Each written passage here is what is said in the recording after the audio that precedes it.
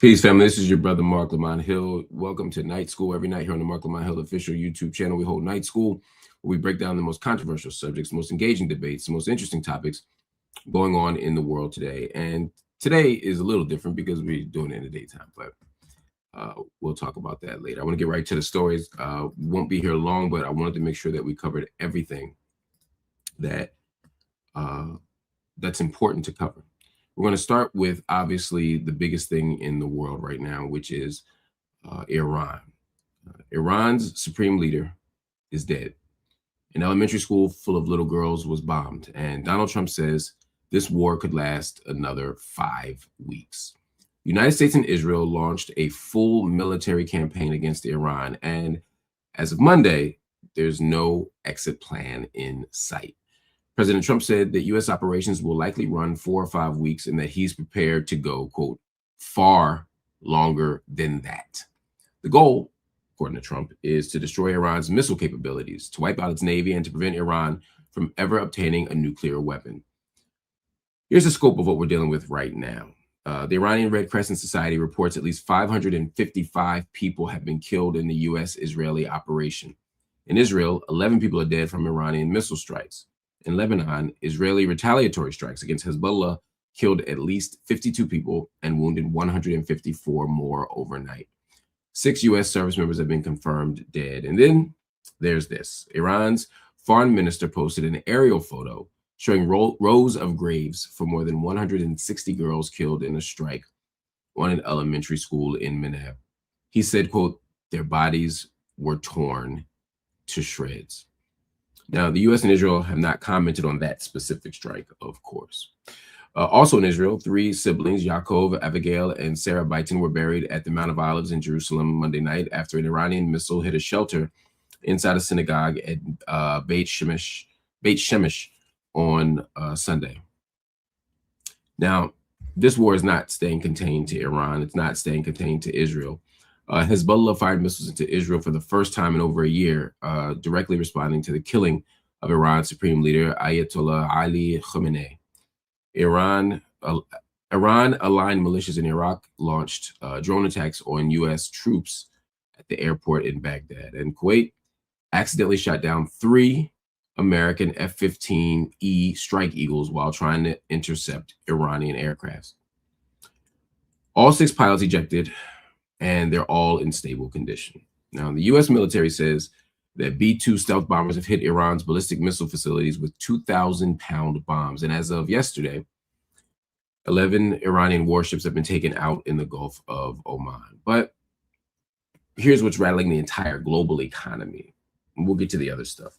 Iran is now going after the world's energy supply. Saudi Arabia's Ras Tanura oil refinery, which processes over 500,000 barrels of oil per day, by the way, came under a drone attack.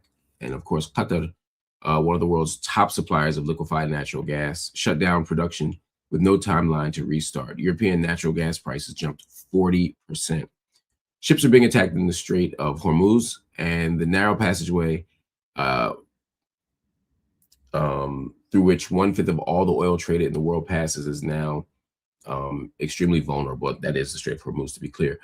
In Iran, the streets of Tehran are empty, of course. People are sheltering. They're sheltering from airstrikes, and checkpoints are set up all around the city. And Iran's top security officials said on Monday, flat out, we will not negotiate with the United States. But Trump has signaled he will be open to talking with whatever new leadership emerges in Iran, and that transition could happen soon. This is one of the most obvious, indefensible, and grotesque things we've seen under Trump, and we've seen a lot of things. Whatever you think of Ayatollah Khamenei, and there are many things to be said or thought, executing the leader of a sovereign nation is indefensible. Whatever you think of Iran's right to a nuclear weapon, which we can have that conversation, although I can't think of any logical world where the U.S. can have one, China can have one, France can have one, Israel can have one, although they don't admit it fully. But you brown people know, you African people know, you Arab people know that's not a reasonable arrangement. But whatever we think about that, they were working on a deal. They were in negotiations before the bombing. This idea that Iran was recalcitrant, this idea that Iran was unwilling to participate, the idea that Iran was violating all these international laws and international pacts is simply not true. This was not about uranium enrichment. This was not about the construction of a nuclear weapon. It just wasn't. So let's knock this off. We're going to get to the bottom of what happened. This week, we're going to bring in some experts on Iran to really get into the complex and nuanced history of the U.S. and Iran. We could go back before the overthrow of the Shah, but certainly since 1979. And we could talk about the specific role that Israel and the United States have played in this event, in this act. I mean, obviously, it's Israel and the United States waging war, but I mean, I'm speaking specifically about their respective roles and how each one influences the other, and what the real political goal and aspiration is here. This is nasty.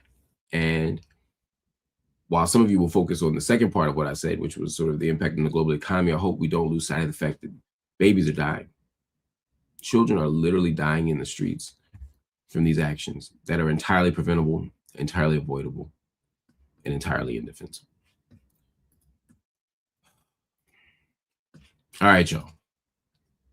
France just told the whole world, if you come for Europe, you will not recover.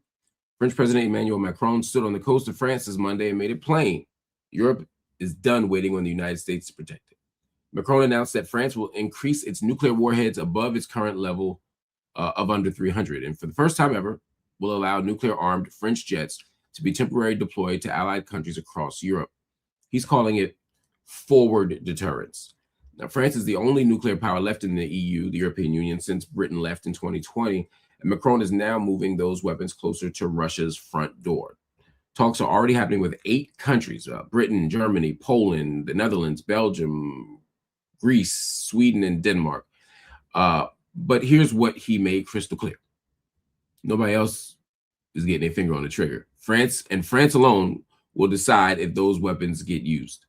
Germany floated the idea of German planes carrying French nuclear bombs, and Macron shut that down immediately. Now, Macron said himself that recent shifts in U.S. defense priorities under President Donald Trump pushed Europe to stop outsourcing its safety.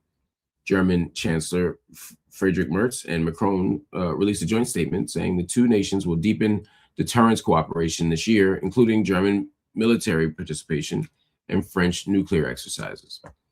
Polish Prime Minister Donald Tusk put it very simply on X. He said, "We are arming up together with our friends so that our enemies will never dare to attack us." Can't put it no plainer than that. Everybody's not clapping, though.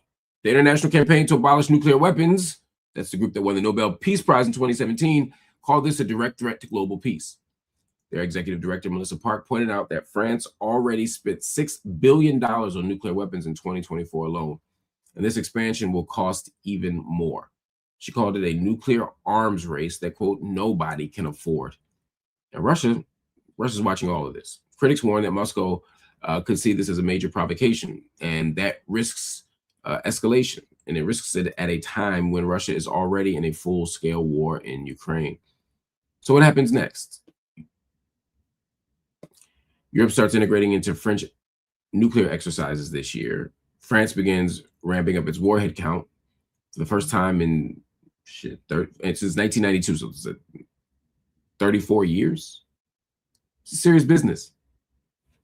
The world's on fire, y'all. The world is on fire. All right, yeah, we're going to take a quick break. We'll be back in 30 seconds with the rest of Night School. Stay right here.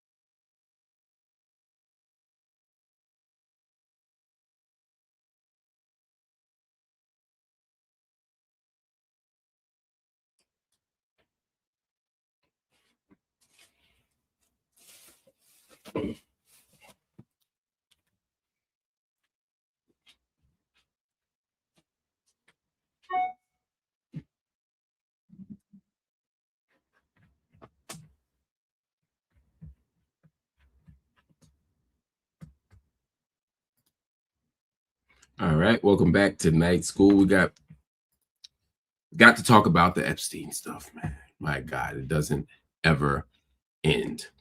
Bill Clinton looked a House committee in the face and said he saw nothing wrong with Jeffrey Epstein. And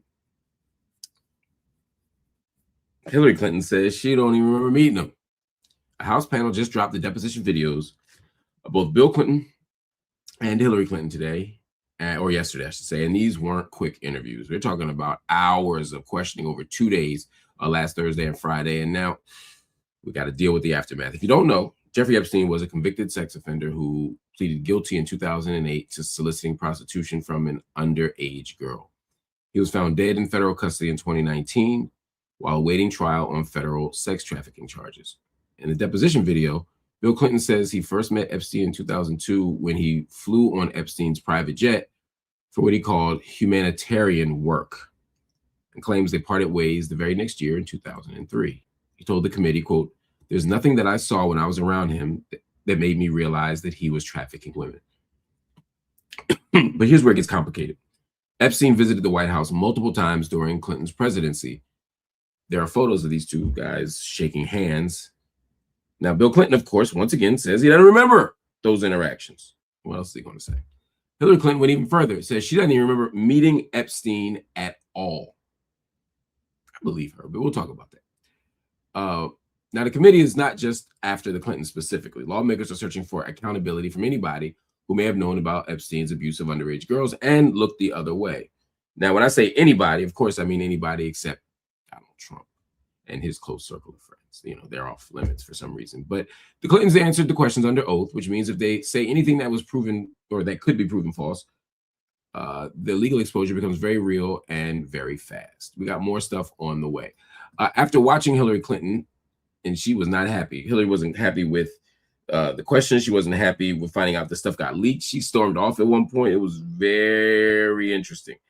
But Hillary seemed believable to me. And it's not because I'm naive. It's not because I trust the Clintons. It's just I don't think Hillary knows anything about Jeffrey Epstein. Or she may have heard rumors or rumblings later, but I could totally see her not knowing. Bill Clinton, I don't know. Is it possible to be in Jeffrey Epstein's universe and not know what he's up to? Yes, of course. We saw that with Diddy. People who worked with Diddy knew Diddy and had no idea some of the stuff he was doing. Some of the stuff. So I could see someone not knowing what Epstein's up to. But Bill Clinton's kind of high up on the food chain. I'm not saying Bill Clinton's lying. I'm just saying it's not as easily believable as the other stuff is to me. So we'll see what happens. But they got the Clintons and they got them talking about everything from Pizzagate to whatever, right? So if they said something that wasn't true, we'll find out pretty soon. Pretty soon. All right, and before we go, we got one more thing here. The Reverend Jesse Jackson will be honored forever. But in the aftermath of his death, we've seen him honored in so many beautiful and powerful ways. Yesterday, he was honored in his home state of South Carolina. The late civil rights leader will lay in state at the South Carolina Capitol. This is part of a 2-week homegoing service for the public to pay their final respects. South Carolina's governor is expected to deliver remarks. You'll also see local, state, federal leaders appear during a public service. Reverend Jackson's body will return to Chicago for 2 final gatherings that celebrate his life. He died, of course, last month at 84 years old. Once again, rest in peace to Reverend Jackson, and we send love and comfort and healing to his family. Family, that's it for today. Thank you for watching Night School. We'll be back tomorrow night. As always, in the meantime, you hit subscribe, hit join if you're inclined, hit the follow button, hit all the things. But also join us over on Patreon. You see the QR code up there on the corner. We have a lot of awesome stuff going on the Patreon. We have a new episode of In This Thing Together, which you don't want to miss. It's the podcast with my wife and me. We also have a new episode of Conversations, where I sit down with Rachel Dolezal, now known as Nkechi Diallo. It's a fascinating interview. Again, you don't want to miss this. So check it out over on Patreon. Yeah, other than that, we'll see you soon.